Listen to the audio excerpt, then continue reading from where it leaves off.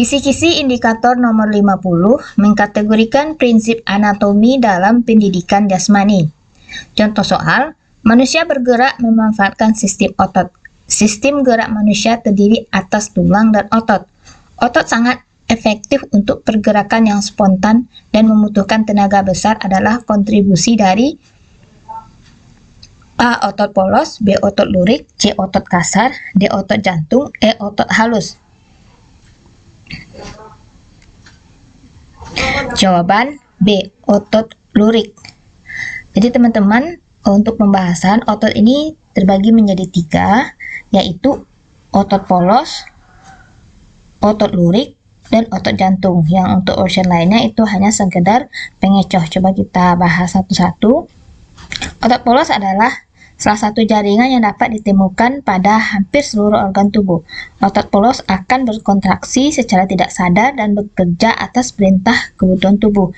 Contohnya gerakan peristaltik pada lambung dan saluran pencernaan. Kemudian otot lurik adalah jaringan otot yang terhubung dengan tulang. Perlu diketahui sebagian besar otot di dalam tubuh berasal dari sel otot lurik. Kemudian otot jantung adalah jenis otot yang istimewa karena hanya berada di jantung, tepatnya di lapisan tengah jantung. Otot jantung dapat mempengaruhi cepat dan lambatnya detak jantung tergantung dari kondisi tubuh. Fungsi otot jantung bagi manusia adalah memompa darah menuju jantung dan sebaliknya.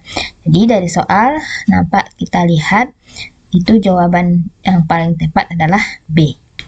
Kisi-kisi indikator nomor 70 merancang pengembangan metode dan strategi pembelajaran berbasis ICT dan penerapan TPACK dalam perangkat pendidikan jasmani. Contoh soal, pembelajaran abad 21 merupakan pembelajaran berbasis ICT, penerapan TPACK dan penerapan berbagai metode atau pendekatan pembelajaran. Pendekatan pembelajaran saintifik berbasis ICT pada tahap awal pembelajaran PJOK diantaranya dapat dilakukan melalui kegiatan A. Mengasosiasi, B. Mengkomunikasikan, C. Mengamati, D. Mencoba, E. Menanya.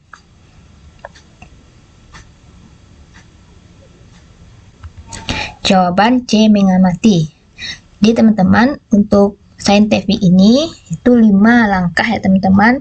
Yang pertama mengamati, menanya, mencoba, menalar atau mengasosiasi, kemudian mengkomunikasikan. Nah, itu pembelajaran abad 21 metode pendekatan saintifik. Kisi-kisi indikator nomor 42 menerapkan aktivitas senam lantai dalam pendidikan jasmani. Bermacam ragam aktivitas gerak dalam senam lantai memerlukan kemampuan teknis atau keterampilan khusus. Salah satu komponen kebugaran jasmani dalam olahraga senam lantai yang berkaitan dengan keterampilan adalah A. Kelentukan, B. Kekuatan, C. Daya tahan otot, D. Keseimbangan, E. Daya tahan jantung dan paru.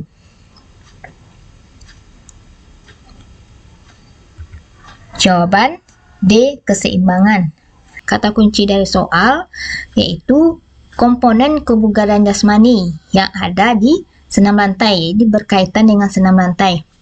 Nah, senam lantai itu membutuhkan keseimbangan, kekuatan, dan kebugaran jasmani itu berkaitan dengan kecepatan, reaksi, daya ledak, kelincahan, keseimbangan, dan koordinasi. Nah, kebugaran jasmani yang ada di senam lantai yaitu keseimbangan.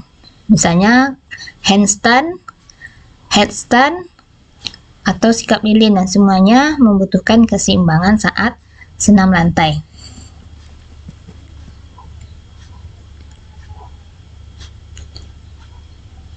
Kisi-kisi indikator nomor 70 merancang pengembangan metode dan strategi pembelajaran berbasis ICT dan penerapan TPACK dalam perangkat pendidikan jasmani. Pada tahap mengamati, peserta didik menonton video yang ditayangkan guru melalui infokus. Selama peserta didik menonton video pembelajaran gerak untuk memperlancar proses belajar, maka peserta didik dapat membuat A. Kesimpulan tentang judul video yang ditonton, B. Ringkasan jalannya berita dari video yang sedang ditonton, C. Masukan untuk disampaikan kepada guru, D. Catatan-catatan kecil untuk didiskusikan lebih lanjut, E. Suasana pembelajaran tetap kondusif.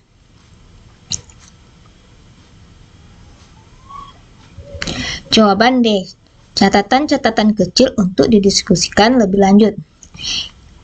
Tadi sudah kita bahas ya teman-teman mengenai pendekatan saintifik, yaitu ada 5 langkah: mengamati, menanya, mencoba, kemudian mengkomunikasikan. Nah, coba kita lebih detail lagi. Di bagian mengamati pendekatan saintifik itu, guru menayangkan sebuah video, misalkan kita contohkan video permainan bola kaki. Nah, guru menayangkan dalam bentuk PowerPoint dan memutar video permain bola kaki. Peserta didik menonton video tersebut. Nah, selama menonton video tersebut, apa yang ada dalam pertanyaan-pertanyaan yang tidak peserta didik ketahui dicatat. Membuat catatan kecil. Nah, tahap yang kedua, peserta didik tersebut menanyakan apa yang ingin ditanyakan. Misalnya yang tidak mengerti atau menjelaskan apa yang dilihatnya tadi.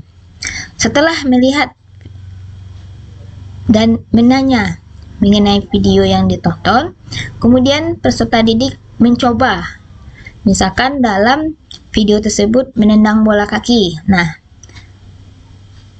dan dalam mencoba ini, peserta didik mencobakan atau mempraktekkan. Kemudian menalar atau mengasosiasi terhadap apa yang telah dicoba. Jadi dengan mencari sumber informasi yang valid seperti buku, Google, dan sumber lainnya.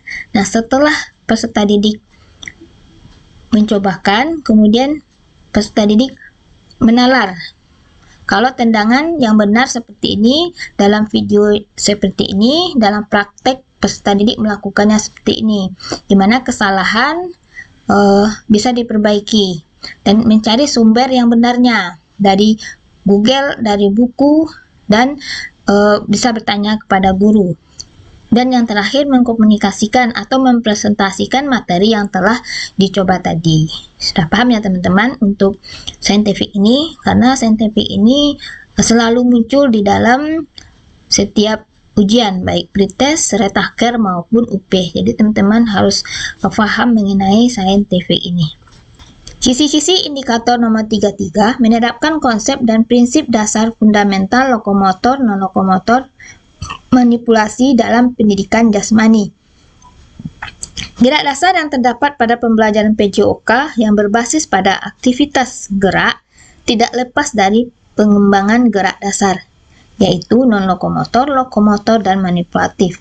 Berikut yang merupakan konsep gerak lokomotor adalah: A. Gerak dasar, B. Gerak dinamik, C. Gerak berpindah, D. Gerak statis, E. Gerak lanjutan. Jawaban C. Gerak berpindah. Jadi teman-teman, gerak dasar itu terbagi menjadi 3, yaitu lokomotor, non-lokomotor, dan manipulatif. Nah, gerak lokomotor yaitu gerak yang berpindah tempat, contohnya jalan, lari, lompat. Gerak non-lokomotor, gerak yang tidak berpindah tempat, contohnya mengayun, menikuk, dan membungkuk. Kemudian manipulatif, gerak yang menggunakan alat, contohnya melempar, menendang, dan menangkap bola. Kisi-kisi indikator nomor 50. Mengkategorikan prinsip anatomi dalam pendidikan jasmani. Anatomi adalah ilmu yang mempelajari tentang struktur tubuh dan bagian-bagiannya, serta hubungan antar bagian tubuh manusia. Dalam aktivitas olahraga, struktur tubuh berkorelasi dengan program latihan fisik yang dilakukan.